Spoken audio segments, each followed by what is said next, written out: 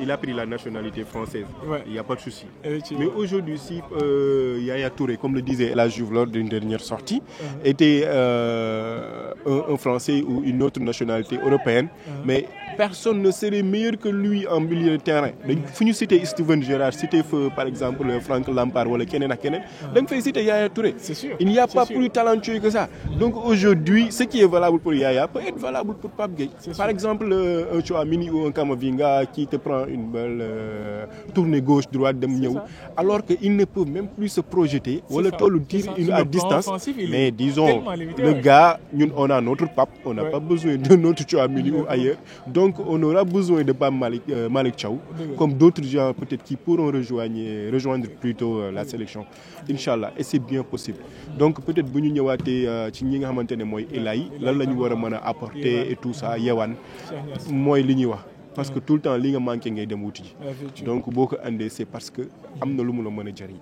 C'est on dit que Sabaly peut-être kenn xamul ndax il sera apte à vouloir être OK pour répondre à une sélection de Pape éventuellement. On ne sait pas. L'avenir nous dira. Mais aujourd'hui, comme on est Elay, peut-être ses prestations standards, c'est pas quelque chose d'anodin. C'est du haut niveau. Donc on a la chance d'avoir un gamin comme ça qu'on peut donner de la chance moom mu mën a wanewaat boppam. ñu teg ko ci li nga xamante ne mooy conditions africaines yi mu mën a contextualiser wu adapté wu loolu dañuy yombalal suñu liggéey. Parce que tamit bu ñu nekk di ci jàpp ne sélection bi ku tëb ñëw ne da ngay réclamer une sélection non c'est les joueurs forts c'est les gens yi nga xamante ne ñu ngi fi ku ci mel ni Sadio Mané il n'est pas parti à l'autre bout de comment dirais-je en Moyen-Orient wala ñëw toog foofu pour croiser les bras dañ nekk sa waay boo deful résultat suñu équipe bi amuñu ku ñu fiy neexal ku ñu fiy wax dara bien vrai que ce sont les cadres on leur doit du respect et tout ça mais ils doivent performer parce que aujourd'hui boo jëlee ku ci mel ni il y avait un comment dirais-je ailier gauche bi Assane Diao mais sur le plan ailier droit plutôt Ismaïla Sarr les gens attends ils ont tapé sur la porte pour poste bi nii dernièrement bu ñu fi mujjee am suñu dernier match à domicile mais il y a un jeune Tidiane Sabaly je pense quand il est rentré mais il a fait un grand match mais c'est ça la concurrence dafa baax mais concurrence c'est tellement vrai grand parce que en fait surtout le cas Ismaïla Sarr on a tapé sur la table parce que il y en avait bon ñu baal ma ci terme mais il y en avait un petit peu marre par rapport aux performances de Ismaïla Sarr ñëpp xam ne Ismaïla Sarr daanaan la mais heure bii le problème mooy par rapport ak Ismaïla Sarr à ce stade de la compétition on s'attendait si jamono bi Ismaïla Sarr nekk limite le lieutenant de Sadio Mané tey bu ñu tuddee Sadio Mané Ismaïla Sarr lañ waroon a tudd maa ngi fàttaliku transfert am à l'Olympique de Marseille juste après officialisation bi 24 heures après dama doon suivre benn émission l'équipe d'ailleurs ci chaîne l'équipe ñu tagg Ismaïla Sarr comme d'habitude notamment si passage am à Rennes mais journaliste yi wax benn affaire boo xam te nii man dama si sax xaw a rus mu ne mais attendez on est en train de parler d'un des joueurs les plus inconstants du football moderne c'est-à-dire Ismaïla Sarr dans la constance il y a problème Ismaïla Sarr dans les grands rendez-vous yéen il y a problème d'où pertinence li ngay wax si moom laay wax parce que aujourd'hui bon on ne va pas de bien ça nuit pas c'est ça parce que Ismaïla on peut tout lui reconnaître parce que il a du talent il est athlétique en quelque part parce que tamit voilà football dafa laaj physique taxaw et tout ça daf ci am mais am na loo xamante ne mooy constance parce que journal l'équipe quoi qu'on puisse dire c'est peut-être des fois dañuy jéem voilà dama moral joueur et tout ça c'est les Français ñoom loolu dañ ko baaxoo mais am na loo xamante ne aussi ñun les observateurs et les supporters sénégalais dañ ci teg suñu bët aussi parce que tamit à tout instant ñu ngi devant la petite écran ñu ngi toog di seetaat li nga xamante ne mooy football les week-ends ak les statistiques parce que léegi football toll na foo xamante ne calcul la am na loo xamante ne les statistiques ne mentent pas donc aujourd'hui pour nga mën a gis li nga xamante ne mooy li lay ëppal solo wala li lay amal njariñ da ngay toog gis ko si yeneen profil yoo xamante ne ils font le même jeu que lui et ils sont beaucoup plus constants donc nous n'avons rien de mal contre lui ou quoi que ce soit mais nous aimons avoir peut-être nous souhaitons avoir une concurrence saine aujourd'hui bu fekkee dem nañu ba toll nii ku mën ne Assane Diao Cheikh Tidiane boobu Sabaly ñëwoon ñooñu ñëw toj def li nga xamante ne moo si war mais ça va le tiquer un peu mu xam ne carrément moom war na redoubler d'effort. Est-ce que ça commence pas à le tiquer parce que gis ngeen beneen Ismaïla Sarr en championnat d'Angleterre Ismaïla Sarr bu commencé jouer Ismaïla Sarr bu commencé dugal Ismaïla Sarr bu commencé décisif. mais y a de quoi donc loolu mooy wane ne tey li nga xamante ne mooy yombalal suñu jugement du nekk loo xamante ne c'est à sa défaveur mais plutôt loo xamante ne daf koy gën a exhorter à travailler. Parce que ñëpp Sénégalais lu ñu bëgg mooy de bons résultats. Sénégalais lu mu bëgg mooy du bon jeu. parce que tamit loolu manqué woon nañ ko tey je sais que ça commence à revenir. donc lu ko war a mën a pérenniser la ñu soxla te li ko war a mën a yombal mooy la sélection de ces jeunes ñoom ñu ñëw concurrence bi seen résultats yi suivre Sénégal maintenir sa cadence au niveau mondial. c'est ça. maintenir sa cadence au niveau mondial defe naa gars yi ñu ngi bëgg a jeexal les novices mais mu des un cas boo xamante ni on en a pas beaucoup parlé muy le cas Cheikh Niass bu Hellas Vérone. Je me rappelle la dernière fois à travers une émission sur RIFAM papa kii wam nu mu tudd sax parrain am grand Abdoulaye Diouf qu'on salue de passage mu ngi doon def benn témoignage par rapport à volonté ki xamante ni mooy Cheikh Niass à rejoindre cette équipe nationale du Sénégal. Cheikh Niass bi daan gis en Ligue des Champions Cheikh Niass tey jii nii appelé en équipe nationale du Sénégal lan la mën a apporter équipe nationale bi surtout milieu de terrain bi nga xamante ne c'est très rude mais mu nekk benn poste boo xamante ne également doon nañ si tudd yeneen joueurs yu mel ni Andy Diouf mais Pape Thiaw ñëw indi Cheikh Niass. Bon, je pense que moom démb en conférence de presse il a un peu évoqué ça notamment son passage en Young Boys et tout ça voilà yooyu yëpp dafay wane ne les joueurs professionnels am na lu ñu bëgg te xam nañu fi ñu teg seen bët parce que aussi la sélection nationale comme je l'avais dit tantôt n'est pas une chose ba nga xamante ne c'est peut-être pas je dirais pas que c'est fermé à tout le monde non mais plutôt ce sont les performances qui te font venir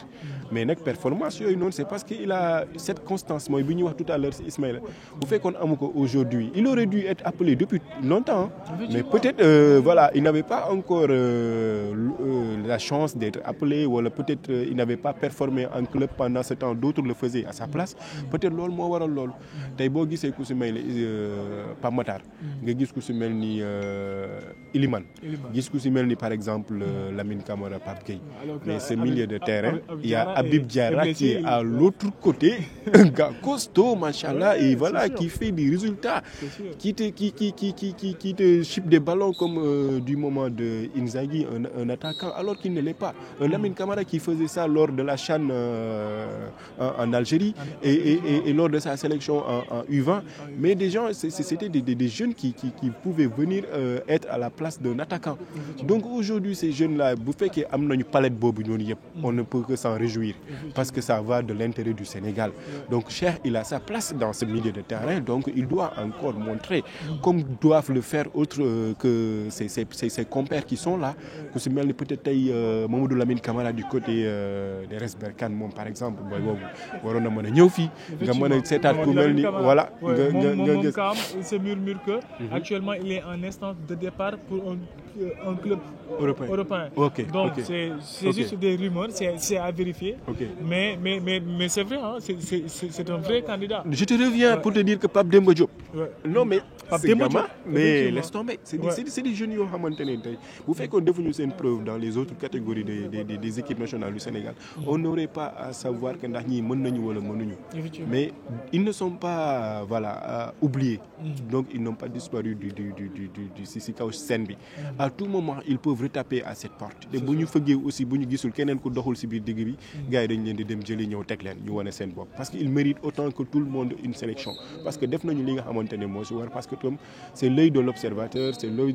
de l'analyste mooy mën di wax mais pas un supporter non on veut des résultats et pour ces résultats bu ñu ko waree am il faut que jeunes yi wane seen bopp dans leur club respectif. Effectivement il faut que jeunes yi wane seen bopp dans leur club respectif gars yi je pense que